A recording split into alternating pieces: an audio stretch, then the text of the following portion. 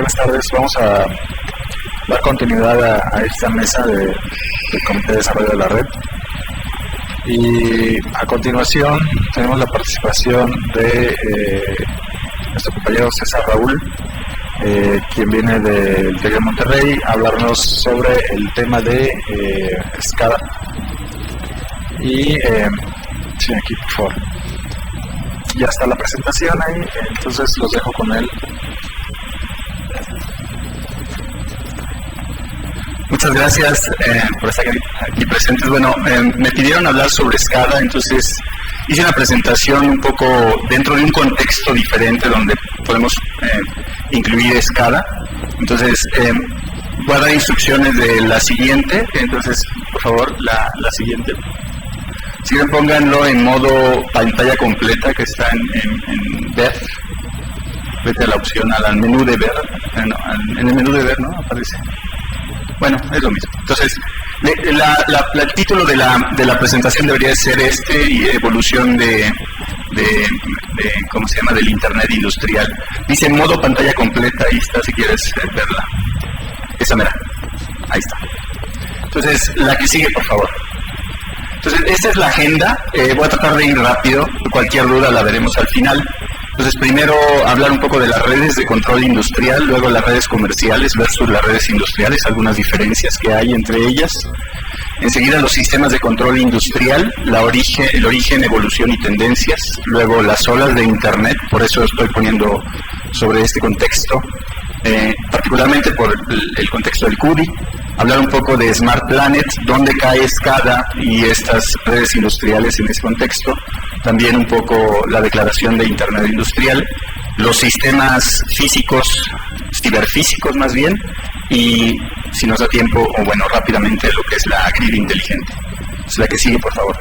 Entonces, las redes de control industrial empezaron con controladores mecánicos y luego poco a poco, bueno, hidráulicos y mecánicos, y poco a poco fueron evolucionando hacia controladores digitales, pero aún así la comunicación era analógica. Enseguida entró las comunicaciones digitales y entramos a la definición de lo que es el protocolo de campo, de trabajo de campo, que algunos de ustedes probablemente han escuchado, se llama Fieldbus.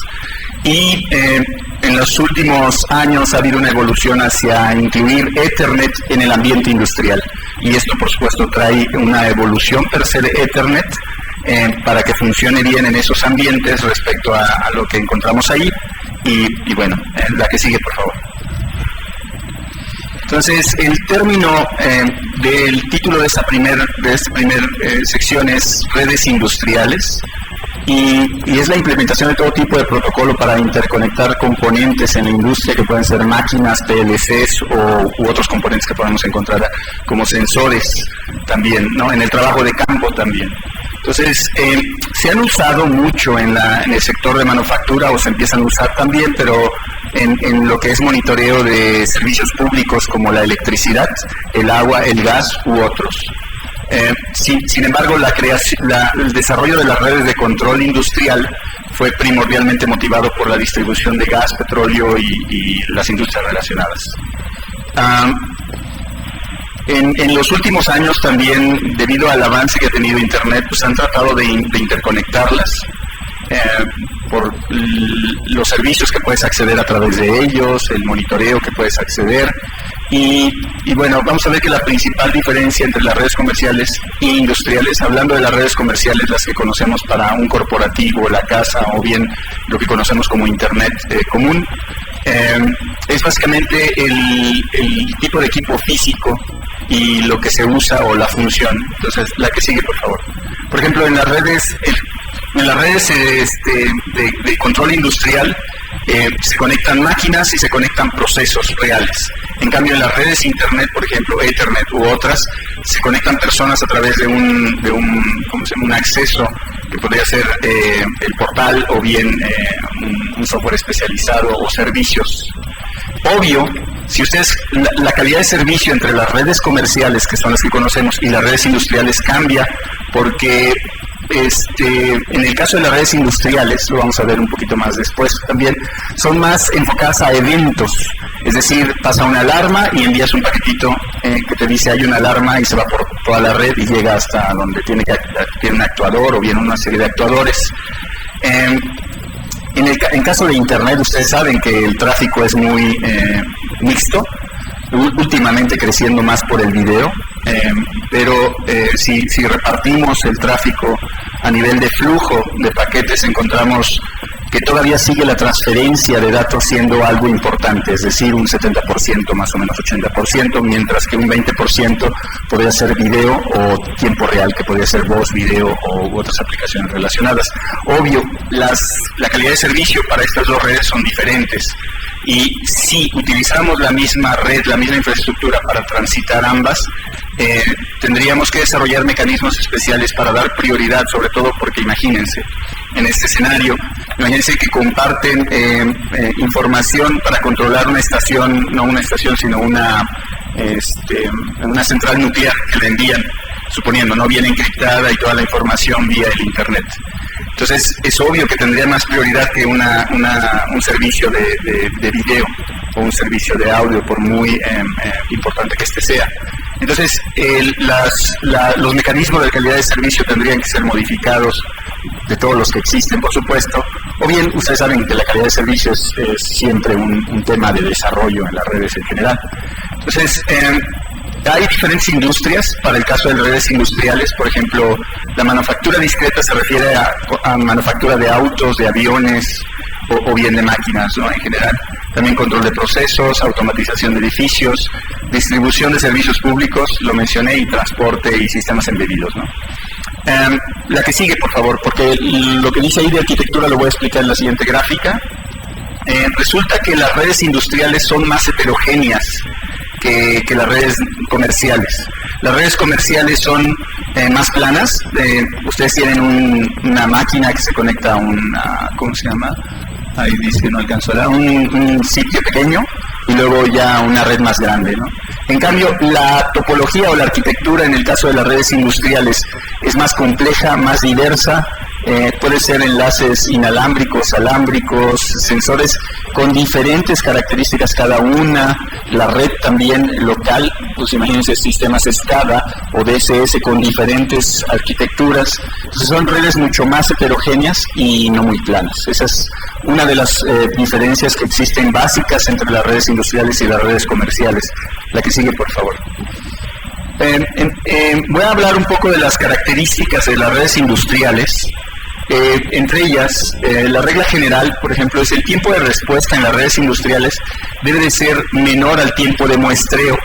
El muestreo se refiere al tiempo en que tomas cada muestra, por ejemplo, de un sensor de temperatura, de un sensor de presión, o de un proceso en general de manufactura, o bien de químico, ¿no? O de alguno de petróleo, por ejemplo. Entonces, los retrasos en la entrega de la información impactan porque muchas de estas redes están sustentadas en el lazo de control, es decir, se están monitoreando para que tomes decisiones con base a la información que tú recibes. Entonces, si hay un delay o un retraso en esa propagación, tu acción o tu actuar puede ser retardada y eso podría tener consecuencias en el proceso que estás monitoreando. Entonces, los tiempos o los retrasos impactan mucho en el desempeño de los lazos de control. En particular, hay toda una teoría y hay muchas publicaciones que hablan sobre los lazos de control o la teoría de control que incluye los lazos con retrasos. Y hay muchos resultados al respecto también. Entonces, eso es a nivel de jerarquías bajas, es decir, en los niveles de los sensores, en los niveles de los PLCs o bien de los controladores que se conectan. Pero conforme uno sube en las capas de las redes industriales, se encuentra que la calidad de servicio es muy similar a las redes comerciales. Las redes industriales requieren determinismo, es decir, que no haya mucha variación en la propagación, sobre todo por lo que mencionábamos. Los tamaños de paquetes en las redes industriales son muy pequeños. versus el Internet, que ustedes saben, ha habido muchos estudios del tráfico de Internet, entre ellos se conocen, ya están desarrollado todo un zoológico y han propuesto para diferentes tipos de tráfico, ¿no? Pero en general le llaman ratones y elefantes, ratones a los tráficos de paquetes muy pequeños, que hay muchos, porque generalmente abrimos una página web y es una transferencia de paquetes muy corta, pero hacemos una transferencia de un archivo FTP que estamos descargando y esa es larga. Entonces, en proporción hay 80 de tráfico ratón versus 20 de tráfico elefante en proporción de paquetes. Sin embargo, en volumen, obvio, es más grande los elefantes que los paquetes, ¿no? Eso es solo para mencionar las diferencias entre lo que es el tráfico Internet y el tráfico de redes industriales, ¿no? La que sigue, por favor. Entonces, también rápidamente, el tipo de información en las redes industriales puede ser de diagnóstico, de control, de monitoreo y de seguridad. La que sigue. En la siguiente tabla muestro rápidamente las comparaciones entre lo que es una red industrial y una red comercial. Entonces, la función primaria, por ejemplo, de la red industrial es conectar equipo físico, mientras que en la comercial es transferir información, que obvio están los usuarios al final, pero transferir y procesar información, ¿no? O datos. El dominio de aplicación, ya lo hemos platicado. En el caso de la red comercial es más ambientes caseros y corporativos. La jerarquía también ya lo hemos platicado. La gravedad de fallos es alta en el caso de industrial, porque por ejemplo está la planta nuclear que mencionábamos. No hay problema normalmente, excepto que tengas una información crítica en las redes corporativas, pero no es tan crítica como monitorear un proceso, ¿no? Confiabilidad, tiempos de ida y vuelta. En el caso de la red industrial son tiempos muy cortos. Necesitamos que además no haya errores en los paquetes. Entonces se necesita una red diferente a las redes comúnmente comerciales, ¿no? Determinismo se refiere a que no haya variación en la propagación de los paquetes, ¿no? Y básicamente lo demás me lo voy a saltar. De todos modos los slides van a estar disponibles. Me lo voy a saltar porque tengo más información que decirles, por eso la que sigue, por favor. Entonces, bueno, hablamos un poco de redes industriales. ¿Cuáles son sus componentes? Y ahí es donde entonces primero está el gran mapa, redes industriales, redes comerciales, y luego dentro de los componentes de las redes industriales está SCADA, como un sistema del cual se solicitó la conferencia. Por eso quería empezar con ese otro contexto. Entonces, los componentes son tres, básicamente. Es SCADA, DSC y PLC. Los vamos a explicar cada uno, pero las redes industriales se ocupan de las comunicaciones entre estos tres componentes, básicamente.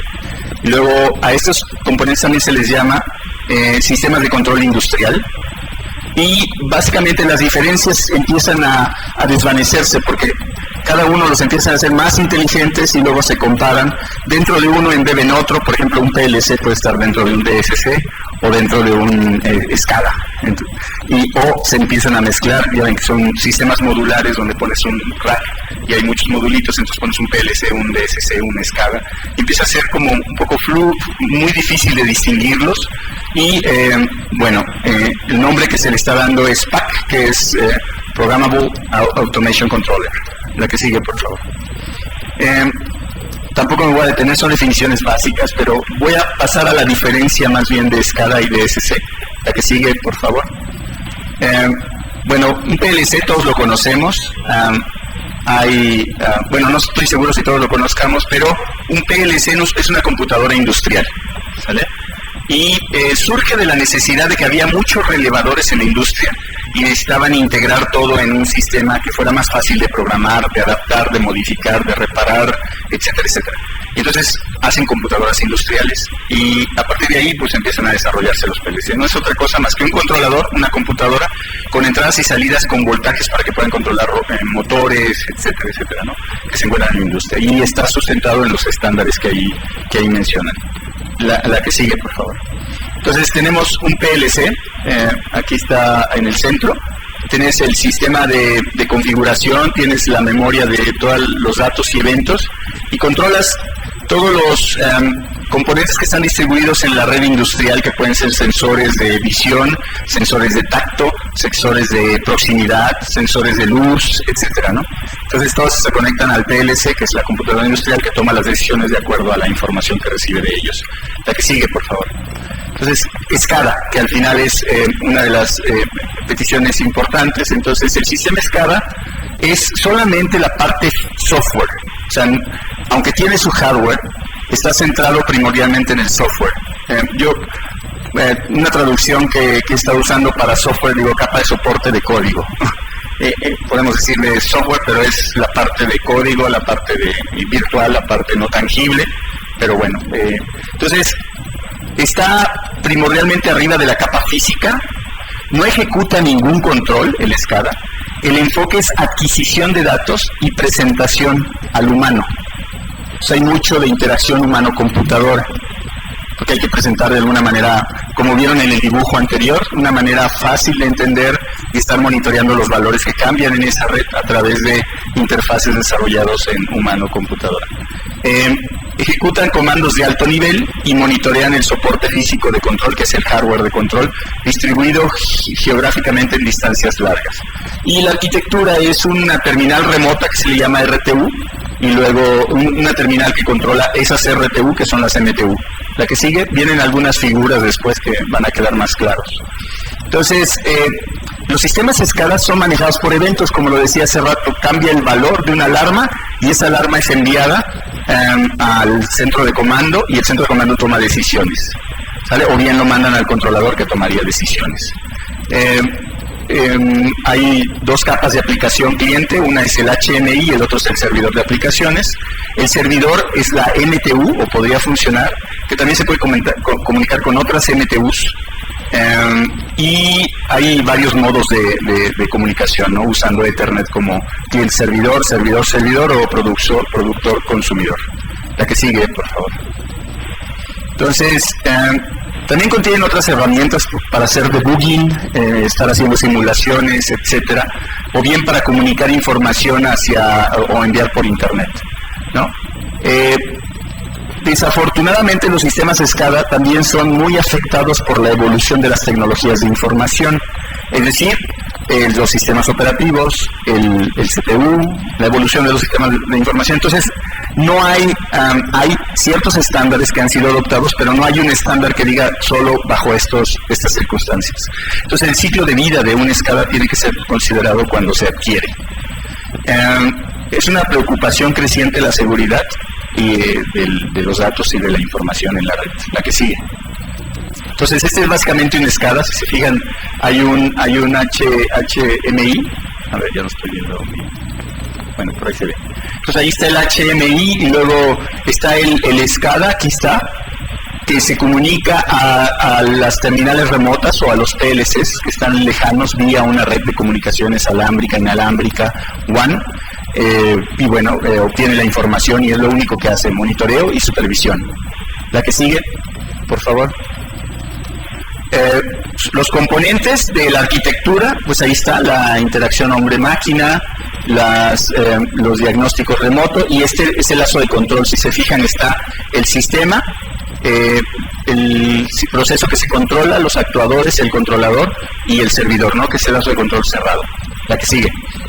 Tampoco hay varias topologías, disculpen la filmina, pero puede ser par, estrella, serie y luego multi-drop o multicaída o multisensado. Y luego del otro lado pues es una arquitectura un poco más grande porque el sistema es geográficamente más distribuido. La que sigue, por favor. Es un ejemplo básico, pero me lo voy a saltar. La que sigue, más o menos se dan una idea de las... ¿Y por qué? Porque también es importante distinguir DSS. Veamos, PLCs, SCADAs, DSS. El DSS es manejado por procesos, es decir, nos interesa la información o el flujo estable de procesamiento de información. Un DSS tiene un nivel mayor de interconexión entre la capa de soporte de código, es decir, el software y el hardware. Luego, entonces, no se preocupan por la calidad de los datos. El software, el hardware del DSS normalmente son PLCs. No se recomienda para zonas geográficas distantes pero sí para plantas locales altamente interconectadas, es decir, cuando están muy cercanas, muy pequeñas, muy similares a SCADA en las capas superiores, pero tiene diferentes características en las capas inferiores. La que sigue. Bueno, ese es el ejemplo de un DSC. Si se fijan, no hay distancias muy largas, todo está en una sola red local. Ahí tienen los sensores, los actuadores, los diferentes procesos, y es eso lo que distingue básicamente de un SCADA a un DSC. El DSC es más chiquito, bueno, no chiquito, sino puede ser grande, pero está en, por ejemplo, una sola planta de producción tiene un DSC. En cambio, si tienes varias plantas de producción distribuidas a través del estado, podría ser un SCADA. Por ejemplo, monitoreo del agua, de los pozos de agua o de electricidad, ¿no? De generación de electricidad. La que sigue. O sea, aquí una comparación de DSC y SCADA vale la pena para entenderlo. Mejor DSS para áreas geográficas pequeñas, SCADA para áreas geográficas grandes. DSS para sistemas largos e integrados tales como procesamientos químicos y generación de energía eléctrica.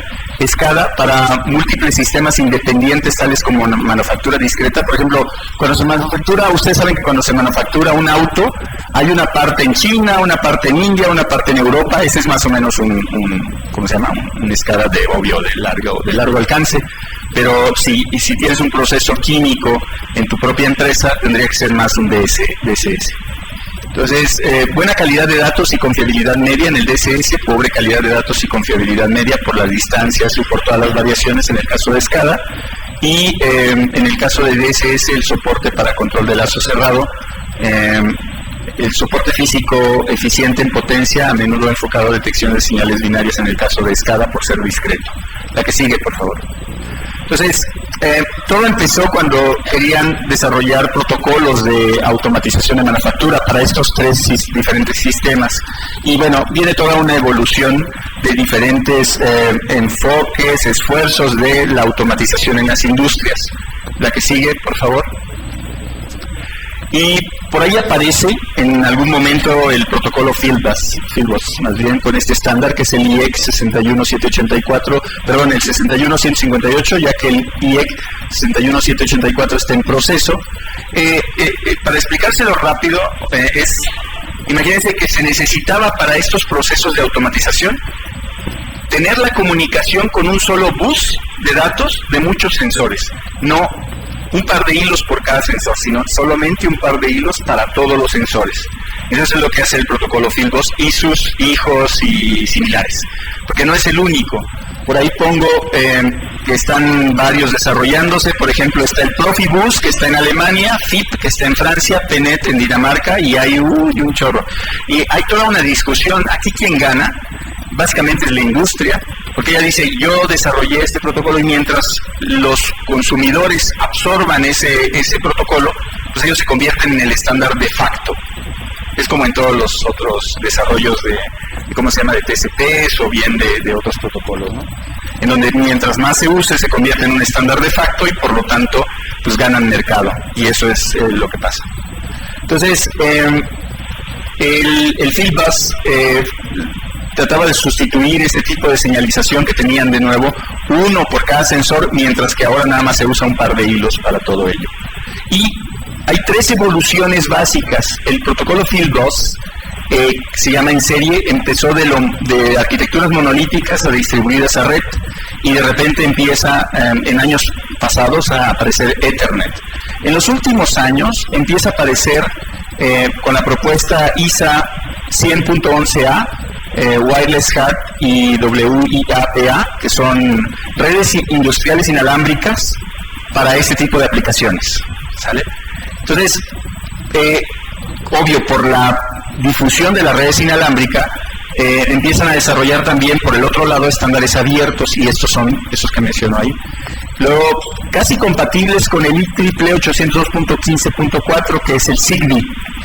Hay que darle seguimiento, esto no acaba aquí, obvio, es nada más una presentación general, pero hay que estarle dando seguimiento a Zigbee IP, que está en proceso de desarrollo, y también a 6LoWPAN, que es IPv6 para Internet of Things, o Internet de objetos, ¿no?, que seguramente lo han.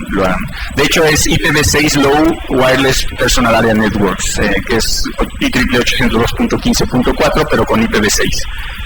La que sigue, por favor.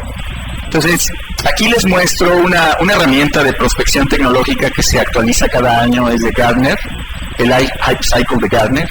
Aparece dentro de lo que se llaman tecnología de operación, el Open SCADA, está en la punta de arriba, se fijan en el Hype Cycle, es decir que ahorita Open SCADA es un protocolo abierto, que lo pueden usar, lo pueden implementar, y está como teniendo mucho auge.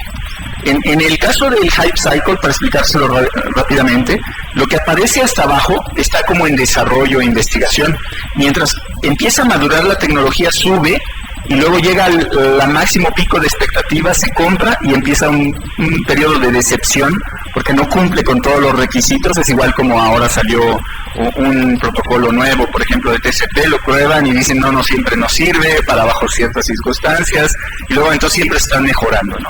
Hasta que lleguen a su plato de productividad, que es cuando ya se supone que ya están más estables, ya se han madurado suficientes. Entonces este Hype Cycle es una propuesta de Gartner donde dices la tecnología pasa por esos periodos hasta que llega a su madurez, que es el plato de productividad. La que sigue, y ahí hay una serie de tecnologías. ¿Por qué lo presento?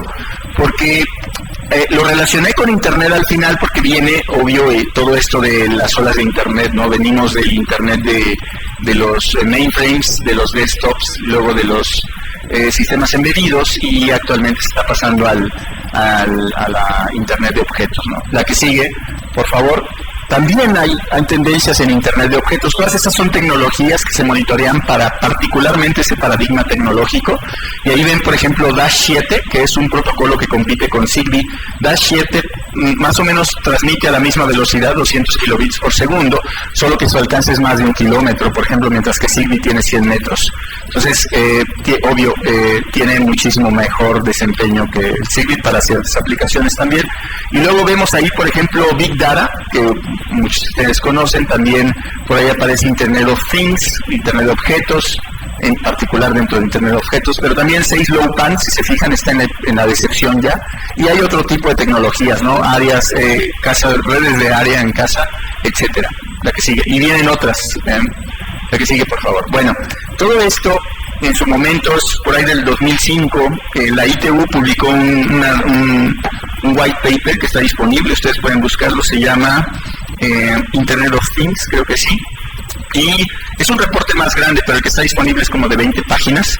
A partir de ahí hablaban sobre una tendencia que se decía, ¿y qué tal si conectamos todos los ambientes de manera inteligente? Y hay varios proyectos europeos en ello. IBM entonces sacó su iniciativa en 2009, que se llama Smart Planet, y está promocionándola mucho, probablemente la hayan escuchado, todo sustentada sobre Internet of Things, mucho también sobre Big Data, en donde ellos tienen mucha experiencia en la parte de Data Analytics o análisis de datos. Y bueno, es solo para mencionarles que esta es una tendencia que está en desarrollo también. La que sigue. Y bueno, hay una serie también de tecnologías que están relacionadas con el Smart City, ¿no? Y bueno, ya para no repetirlas, se pueden ver después. Los reportes completos, esos no se los puedo compartir, lo único que voy a dejar son los Hype Cycles, porque tienen, ¿cómo se llama? Bueno, costo más o menos de $2,000 cada uno de estos reportes, ¿no? Entonces, lo único que voy a compartir son las imágenes. La que sigue, por favor. Bueno, resulta que GE sacó una iniciativa el año pasado que le llamaron Internet Industrial. Yo le puse Internet y Web porque ustedes saben que se evolucionan, o sea, la web evoluciona más al Internet que el Internet a la web, aunque, o sea, es el típico market pull o technology push, ¿no? Internet es más technology push, evoluciona es Internet, habilita nuevas aplicaciones, mientras que si desarrollas nuevas aplicaciones, luego empuja el desarrollo de Internet, que es más como estamos funcionando, porque el Internet, por ser tan grande, también es muy difícil de evolucionar.